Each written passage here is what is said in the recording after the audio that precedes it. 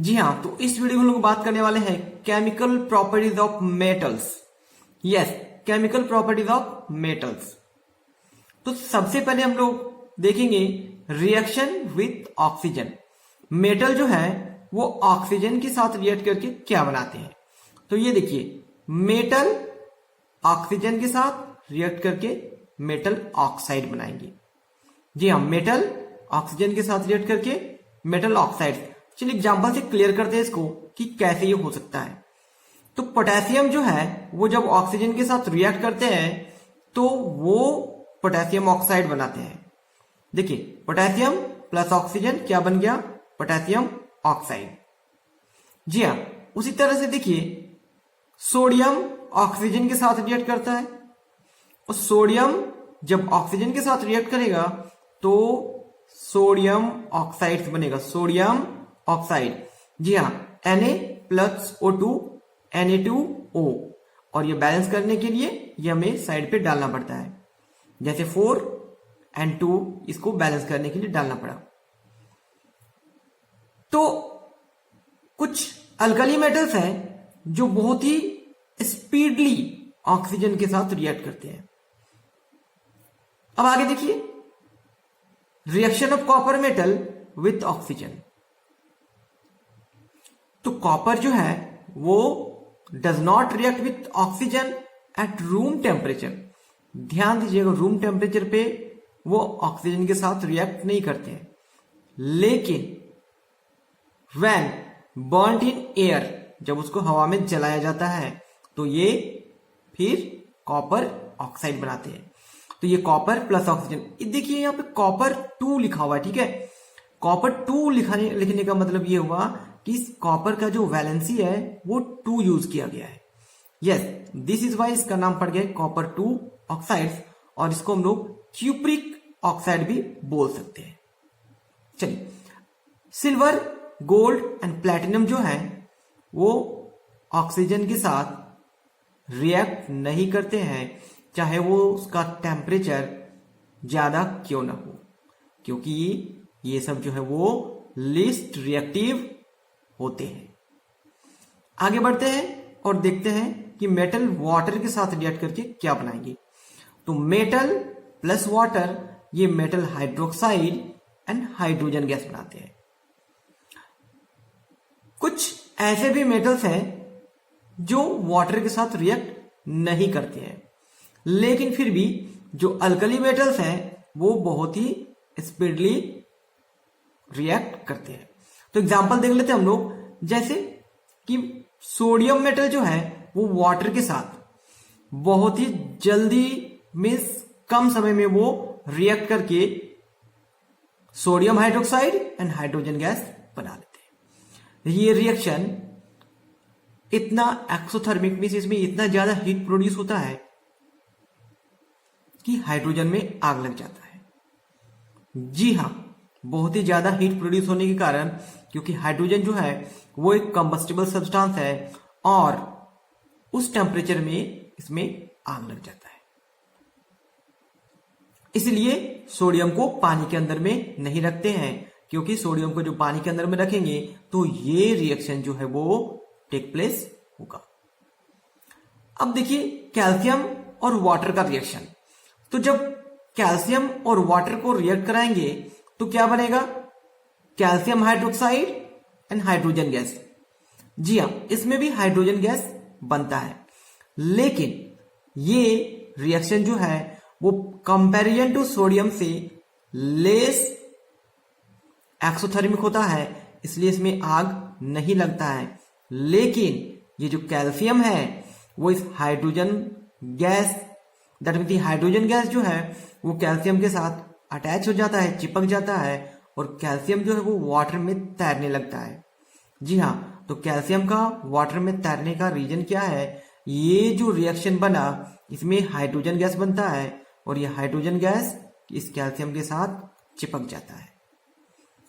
जी हाँ, तो देखिए कि सोडियम के साथ जब H2O का रिएक्शन होता है तो उसमें आग भी लग जाता है, लेकिन कैल्शियम के साथ नहीं लगता है। तो रीजन आप लोग समझ गए होंगे, क्योंकि ये लेस रिएक्टिव होता है कंपैरिजन टू सोडियम। जी हाँ, अब आगे देखिए मैग्नीशियम विथ वाटर। मैग्नीशियम जो है वो वाटर के साथ बहुत धीरे धीरे रिएक्ट करते हैं और फिर बनाएंगे magnesium hydroxide and hydrogen gas. लेकिन जब स्टीम पास किया जाएगा, मीन्स हॉट वाटर पास किया जाएगा, तब ये जो है मेटल मैग्नीशियम है वो मैग्नीशियम ऑक्साइड को बनाते हैं। जी हाँ, अब आगे देखिए reaction of aluminium with water. तो एल्यूमिनियम जो है वो ठंडे पानी के साथ कोल्ड वाटर के साथ बहुत ही धीरे धीरे रिएक्शन होता है। लेकिन जब स्टीम, जी हाँ, हॉट वाटर वेपर में जब एल्युमिनियम को पास कराते हैं तो इसमें से रिएक्शन बनता है, ये एल्युमिनियम प्लस वाटर बनेगा aluminium oxide and hydrogen gas. जी हाँ, कोल्ड वाटर के साथ बहुत ही धीरे रिएक्ट होता है, लेकिन जब इसमें स्टीम पास कराएंगे या स्टीम के साथ रिएक्ट कराएंगे तो बहुत ही जल्दी ये रिएक्ट होता है, ये रिएक्शन टेकिंग प्लेस होता है और aluminium oxide and hydrogen gas बन जाता है। जिंक एंड वाटर का रिएक्शन। जिंक मेटल जो होता है वो H2O के साथ रिएक्ट करके zinc oxide and hydrogen gas बनाते हैं जब स्टीम पास किया जाता है। लेकिन जब कोल्ड वाटर होगा, जी हाँ, जिंक कोल्ड वाटर के साथ रिएक्शन नहीं करता है। मीन्स कभी कभी आपसे पूछा जा सकता है कि कौन सा मेटल जो है, मीन्स ऑप्शन में रह सकता है कि वाटर के साथ रिएक्ट नहीं करता है, तो यदि जिंक ऑप्शन में है तो वो जिंक सही होगा। अब आगे देखते हैं reaction of iron with water. Iron का वाटर के साथ रिएक्शन, तो कोल्ड वाटर के साथ आयरन रिएक्शन नहीं करता है, दैट मीन्स बहुत ही स्लो। Iron form rust. तो जब रस्ट फॉर्म करने का रीजन है जब वो एटमॉस्फेयर के कांटेक्ट में आएंगे तो। लेकिन अभी हम लोग पानी का बात कर रहे थे, वाटर का बात कर रहे थे। स्टीम प्रोवाइड करने पर स्टीम, जी हाँ, स्टीम, हॉट वाटर वेपर, तो ये क्या बनाएंगे Fe3O4। Fe3O4 क्या है इसका नेम? यह है फेरसोफेरिक ऑक्साइड। जी हाँ, Fe3O4 को कहते हैं फेरसोफेरिक ऑक्साइड। तो आयरन स्टीम के साथ रिएक्ट करके ferrosoferric oxide and hydrogen gas बनाएंगे। आगे देखते हैं हम लोग, both calcium and magnesiums are heavier than water but still float over it. जी हाँ, इससे पहले आपको इसके बारे में बताए थे। कैल्शियम एंड मैग्नीशियम जो है वो पानी से भारी होते हैं, लेकिन वो तैरते हैं क्योंकि वो रीजन था हाइड्रोजन गैस का बनना, और हाइड्रोजन गैस उसे चिपक जाता है। समझ गए? तो इसके लिए क्या होता है, वो कैल्शियम जो है वो तैरता हुआ दिखाई देगा। जी हाँ, ये है कैल्शियम एंड वाटर का reaction. Other metals usually do not react with water और रिएक्ट वेरी स्लोली। जैसे कुछ एग्जांपल्स हैं, lead, copper, silver and gold do not react with steam. ये स्टीम के साथ रिएक्ट नहीं करते हैं। Reaction of metal with dilute acid. तो कुछ मेटल्स जो है वो डाइल्यूट एसिड के साथ रिएक्ट करके मेटल सॉल्ट एंड हाइड्रोजन बनाते हैं। तो जैसे कुछ एग्जांपल देख लेते हैं हम लोग, sodium and dilute hydrochloric acid. देखिए डाइल्यूट हाइड्रोक्लोरिक एसिड मीन्स ये जो है वो प्योर हाइड्रोक्लोरिक एसिड नहीं है। तो concentrated hydrochloric acid and dilute, तो हम लोग अभी डाइल्यूट के ही बारे में बात कर रहे हैं। तो सोडियम HCl के साथ रिएक्ट करके sodium chloride and hydrogen gas बनाते हैं। Magnesium and dilute hydrochloric acid का रिएक्शन। तो ये magnesium hydrochloric acid that means dilute, बार बार हम लोग बोलते नहीं है क्योंकि हम लोग जो पढ़ेंगे वो सिर्फ डाइल्यूट के ही बारे में बात कर रहे हैं। तो magnesium chloride and hydrogen gas बनेगा। इसी तरह से zinc and sulphuric acid, dilute sulphuric acid, तो क्या बनेगा, जिंक H2SO4 मिलके zinc sulphate and hydrogen gas बनाते हैं। आगे देखिए, ये जो हाइड्रोजन गैस है is not evolved when metal is treated with nitric acid. लेकिन जब अभी तो हम लोग बात किए HCl के साथ, लेकिन नाइट्रिक एसिड के साथ जब रिएक्ट कराएंगे तो हाइड्रोजन गैस क्यों नहीं बनता है? इसका रीजन ये है कि ये नाइट्रिक एसिड जो है वो एक ऑक्सीडाइजिंग एजेंट है, और ये जो हाइड्रोजन गैस बना हुआ है उस हाइड्रोजन गैस को ऑक्सीजन प्रोवाइड करके उसको वाटर में कन्वर्ट कर दिया जाता है। जी हाँ, नाइट्रिक एसिड एक ऑक्सीडाइजिंग एजेंट है, मतलब ये ऑक्सीजन प्रोवाइड करेंगे, तो हाइड्रोजन को ऑक्सीजन देने से क्या बन जाएगा? H2O,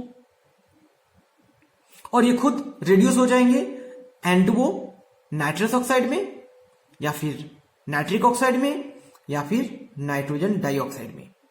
तो समझ गए कि हाइड्रोजन जो है वो रिलीज नहीं होता है या इवॉल्व नहीं होता है या फॉर्मेशन नहीं होता है जब नाइट्रिक एसिड के साथ रिएक्ट कराया जाता है।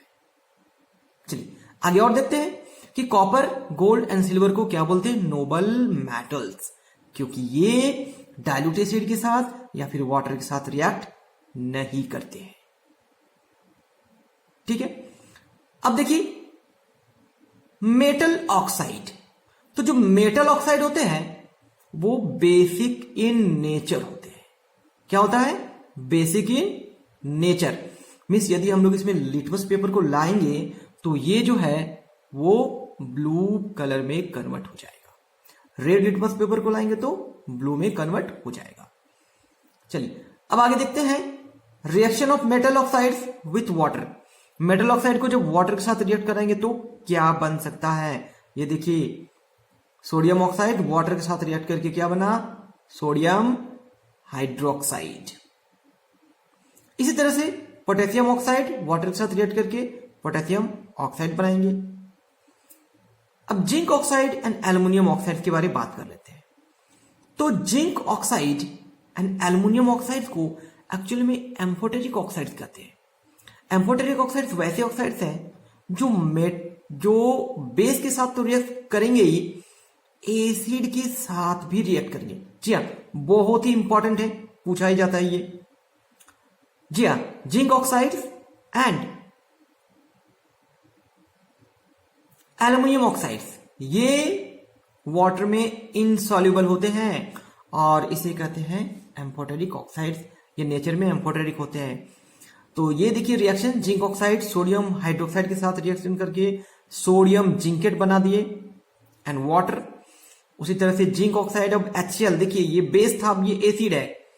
तो यदि क्वेश्चन आ गया कि आप कैसे बताएंगे कि जिंक ऑक्साइड एक एम्फोटेरिक ऑक्साइड है, तो हमें बताना पड़ेगा कि जिंक जो है वो बेस के साथ भी रिएक्ट करते हैं और जिंक ऑक्साइड जो है वो एसिड के साथ भी रिएक्ट करते हैं।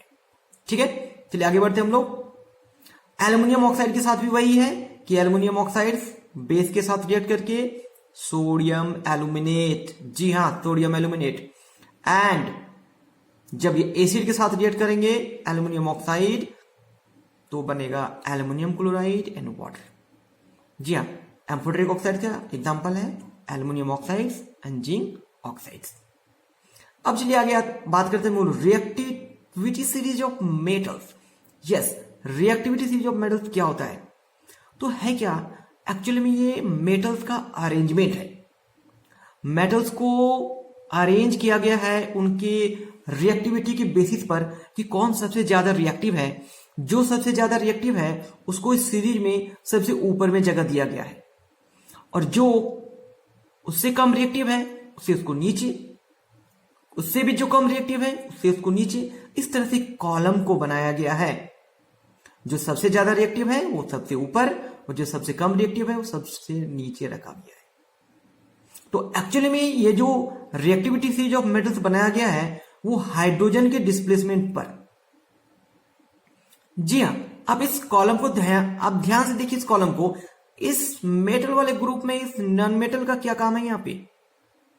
तो इस नॉन मेटल का काम है कि इसी नॉन मेटल के बेसिस पर हम इस कॉलम को बनाए हैं। जी हाँ, आफ्टर लॉन्ग एक्सपेरिमेंट मीन्स बहुत सारे ऑब्जर्वेशंस करने के बाद इस कॉलम को दिया गया है। तो ये हाइड्रोजन से ऊपर जितने सारे हैं वो हाइड्रोजन को डिस्प्लेस कर सकते हैं, लेकिन हाइड्रोजन से जो नीचे है वो हाइड्रोजन को डिस्प्लेस नहीं कर पाएंगे एसिड से। तो देखिए सबसे ऊपर में पोटेशियम है, फिर सोडियम है, कैल्शियम है, मैग्नीशियम है, aluminium, zinc, iron, lead, hydrogen, copper, mercury, silver, gold. जी हाँ, यह है रिएक्टिविटी सीरीज ऑफ मेटल्स। इसी के बेसिस पर हम लोग कुछ रिएक्शंस को क्लियर कर सकते हैं। जी हाँ, कुछ रिएक्शंस को क्लियर कर लेंगे। तो इस कॉलम से यदि पूछा गया कि बताइए सबसे लीस्ट रिएक्टिव मेटल्स, सबसे लीस्ट, जी हाँ लीस्ट मीन्स बहुत ही कम रिएक्ट करने वाला मेटल कौन है इस ग्रुप में, तो ये आपका आंसर होगा गोल्ड। जी हाँ, और सबसे ज्यादा जो है वो पोटेशियम।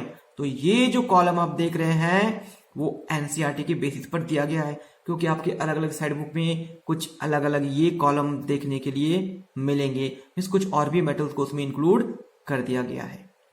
चलिए तो कुछ रिएक्शन देख लेते हैं। Reaction of metals with solution of other metal salts. तो metal A and salt of metal B जब रिएक्ट होगा, salt of metal A and metal B बनेगा। ये तो क्लियर नहीं हुआ, अब रिएक्शन से ही क्लियर कर लेते हैं। ये देखिए आयरन प्लस कॉपर सल्फेट। जी हाँ, आयरन कॉपर सल्फेट, इस कॉलम से पता कीजिए कि दोनों में से रिएक्टिव ज्यादा कौन है। जी हाँ, आयरन। देखिए आयरन और कॉपर, आयरन जो है वो कॉपर से ऊपर है, दैट मीन्स क्या हुआ, iron is more reactive than copper. अब क्या होगा, ये आयरन जो है वो कॉपर को यहां से हटाएंगे। ये जो आपका सॉल्ट दिख रहा है, कॉपर सल्फेट का जो सॉल्ट दिख रहा है, यहां से इस कॉपर को हटा देंगे और ये आयरन खुद इस जगह पे आ जाएंगे। ये देखिए रिएक्शन हुआ FeSO4Cu। जी हाँ, लेकिन आप नीचे देख रहे होंगे 2 क्या कर रहा है, 2 कुछ नहीं है, ये आयरन का 2 वैलेंसी होता है ना, एक 2 और एक 3। तो ये 2 लिखने का मतलब है कि इनका वैलेंसी जो है वो 2 यूज किया गया है। दैट मीन्स इसको हम लोग फेरस सल्फेट भी कहते हैं या आयरन 2 सल्फेट। इसी तरह से एल्यूमिनियम एंड कॉपर सल्फेट। तो एल्यूमिनियम जो है वो मोर रिएक्टिव देन कॉपर है, आप इस कॉलम से देख सकते हैं आगे। इसलिए यहां से क्या होगा, कॉपर को हटना होगा क्योंकि एल्यूमिनियम को ये जगह लेना है। तो रिएक्शन क्या बन गया, एल्यूमिनियम सल्फेट एंड कॉपर। इसी तरह से जिंक एंड कॉपर सल्फेट का रिएक्शन क्या हुआ, जिंक सल्फेट प्लस कॉपर। तो यदि आप ये कॉलम के बारे में थोड़ा बहुत जान के होंगे तो इसी के बेसिस पर ये प्लेन हो गया। अब आगे देखिए कुछ एग्जांपल्स ऐसे हैं जहां पे कुछ रिएक्शन नहीं भी हो सकता है, लेकिन एक और एग्जांपल देखिए, कॉपर एंड सिल्वर नाइट्रेट का क्या बन गया, कॉपर नाइट्रेट एंड सिल्वर। जी हाँ, अब ये देखिए सिल्वर एंड कॉपर सल्फेट। तो सिल्वर एंड कॉपर सल्फेट के साथ जब रिएक्शन हुआ तो कोई रिएक्शन नहीं हुआ। जी हाँ, क्यों रिएक्शन नहीं हुआ, अब आपको दिखाते हैं यहां से कि सिल्वर जो है वो कॉपर से नीचे है, means silver is less reactive than copper. जी हाँ, silver is less reactive than copper, तो कोई रिएक्शन नहीं होगा, तो कोई रिएक्शन नहीं होगा। उसी तरह से ये Au गोल्ड का सिंबल है, गोल्ड जो है वो कॉपर से लेस रिएक्टिव है, इसलिए रिएक्शन होगा ही नहीं। एल्यूमिनियम नाइट्रेट एंड कॉपर, तो copper is less reactive then aluminium, इसलिए भी रिएक्शन नहीं होगा। तो समझ गए कि रिएक्शन कब नहीं होगा, जब लेस रिएक्टिव मेटल्स प्रेजेंट होंगे, तो मेटल सॉल्ट से मेटल को हटाना मुमकिन नहीं है। अब आइए देखते हैं एक्वा रेजिया क्या होता है। ये एक्वा रेजिया क्या है, एक्चुअली में ये एक मिक्सचर है। यस, एक्चुअली में ये एक मिक्सचर है जिसमें concentrated hydrochloric acid and concentrated nitric acid को लिया जाता है और इसमें इसका रेशियो जो होता है वो 3:1। कहने का मतलब ये हुआ कि 3 part of concentrated hydrochloric acid and 1 part of concentrated nitric acid. जी हाँ, और ये बहुत ही कोरोसिव इन नेचर होते हैं, ये गोल्ड एंड प्लेटिनम तक को अपने में डिसॉल्व कर लेते हैं। तो जी हाँ स्टूडेंट्स, ये था केमिकल प्रॉपर्टीज ऑफ मेटल्स के बारे में।